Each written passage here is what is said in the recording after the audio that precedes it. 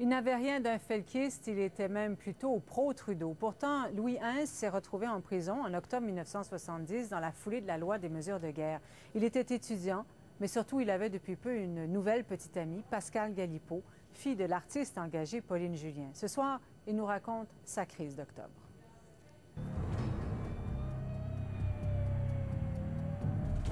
Les militaires qui montent, les gars d'un bar, les filles de l'autre, très polytechnique, là, tu sais, bang, bang. 3 minutes après, je perds de vue Pascal, je me ramasse dans une voiture. 5 minutes après, je fais partenaire. 5 minutes après, je suis dans une cellule. Tu sais, ça s'est passé dans 20 minutes, je suis dans une cellule. Vous n'avez rien compris de ce qui se passait? Non, rien compris, puis tais-toi ou on fesse.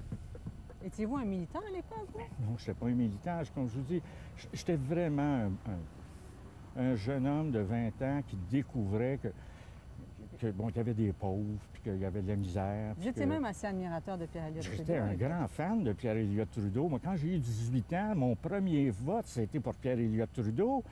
Un Québécois qui se promène en voiture sport avec des belles filles. C'est cool. Hey, sacrément, Trudeau, c'était mon idole. We're using some of the Army as peace agents. Et quand je voyais des gens autour des tables, de la table où j'étais invité à souper, dire « Bon, ben là, Trudeau, vraiment, il exagère, puis les gens, il est vendu à la... » Puis là, j'écoutais, puis je disais « Bon, ils ont peut-être raison. » En tout cas, tu sais, je voyais comme un autre côté de la médaille. Moi, je voyais tout en rose. Je me rendais compte que la réalité n'était pas tout à fait ça, là.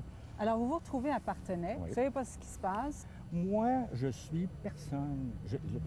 En arrivant en prison, tu sais, j'étais un dossier. Et j'étais pas un dossier important. J'étais pas un des enfants de Pauline. J'étais le chum De sa fille.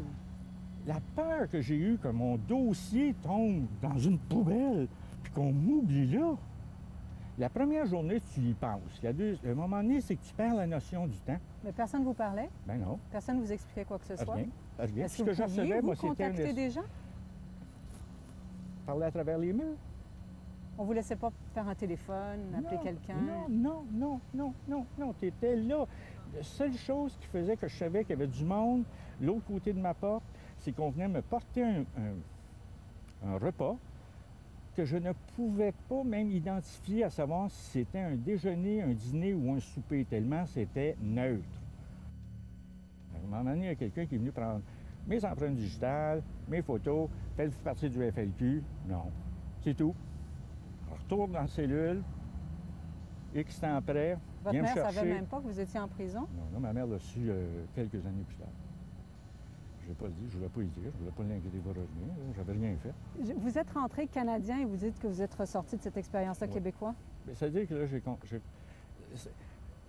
si on dit que la liberté, c'est ce qu'il y a de plus précieux, c'est vrai parce que ça n'a pas de prix. Mais là, on me l'avait enlevé. On m'avait enlevé ma liberté de parler. On m'avait enlevé ma liberté de dire « je plaide innocent ». Je ne pouvais même pas plaider, je ne rencontrais personne, je ne voyais personne. Et quand je suis sorti avec ce que j'avais sur le dos. Et Avec pas plus d'explications? Pas plus d'explications. Et j'ai marché de Partenay à Huntsic chez ma mère. Et quand je suis arrivé chez ma mère, j'ai dit « je viens changer de vêtements ».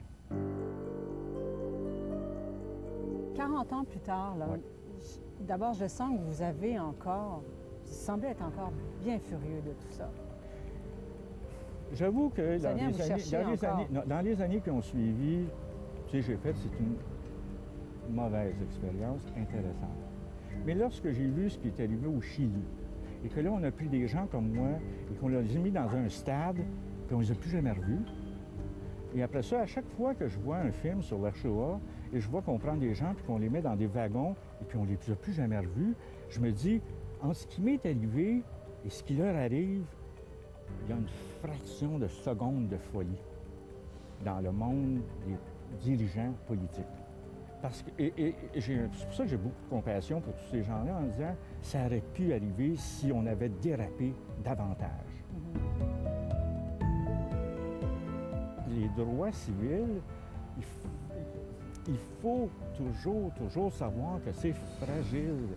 Et c'est pour ça que je ne veux pas qu'on banalise l'événement d'octobre comme étant un moment dans l'histoire du Québec et du Canada. Non, vous ne voulez pas qu'on le banalise, vous voulez Non. même qu'on s'en souvienne. Vous Oui. militez pour ça maintenant. Ouais. D'ailleurs, votre T-shirt en Ah oui, fait ça, c'est foi. tous les gens qui ont été arrêtés, Ça, c'est les... Il y a eu 500 arrestations à peu près. à peu près. Ça, ce sont le nom gens qui des avaient gens des qui ont été opinions. arrêtés de façon arbitraire.